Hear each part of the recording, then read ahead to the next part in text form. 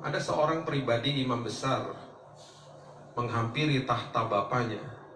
Dia tidak membawa darah hewan, dia membawa darahnya sendiri. Namanya Yesus. Dan dia lakukan itu bukan sekali setahun, tetapi sekali untuk selamanya.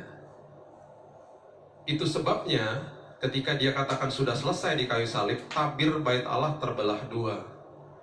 Gambaran bahwa kita semuanya bisa menghampiri tahta Tuhan kapan saja, di mana saja, dalam kondisi apa saja. Yang terjadi di perjanjian lama jangan diikut sertakan pada hidup hari ini. Akhirnya kita tidak bertumbuh di dalam kasih karunia Tuhan. Waktu kita terima Yesus sebagai juru selamat, mengaku dosa saat itu cukup. Waktu sudah jadi orang Kristen pengikut Kristus, ketika kita jatuh dalam dosa, harusnya doanya mengatakan gini, Tuhan, terima kasih bahwa dosaku sudah diampuni. Tapi seringkali kita minta ampun terus. Nggak apa-apa juga sih, juga Tuhan tahulah hati kita seperti apa. Tetapi karena kita orientasinya kepada dosa kita, lambat laun kita tidak terlepas dari dosa itu. Harusnya kalau kita mengerti dan bertumbuh di dalam kasih karunia, kita mengerti bahwa sekali dan untuk selamanya Dia mengampuni kita. Ketika jatuh lagi, ketika sudah terima Yesus, sepatutnya doanya, Tuhan, terima kasih bahwa dosaku sudah diampuni. Lambat laun yang kita fokus adalah karya Kristus di kayu salib. Lambat laun kita nggak mau buat dosa.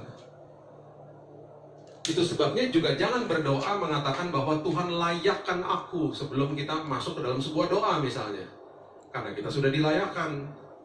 Jadi doanya, Tuhan terima kasih bahwa saya sudah dilayakkan. Saya hidup taat karena saya sudah dilayakkan, bukan untuk dilayakkan. Itu pengertian-pengertian yang akhirnya ketika salah masuk ke dalam doa-doa kita, dan akhirnya orientasi pemikiran kita dan hati kita akhirnya salah. Kita tidak mengenal Kristus dengan benar akhirnya. Merasa tertuduh terus. Yang dulu mediatornya adalah imam besar, hari ini jangan kultuskan hamba Tuhan. Jangan kultuskan hamba Tuhan. Mediator agung kita bukan hamba Tuhan, bukan orang yang bukan termasuk saya yang berdiri di depan, bukan.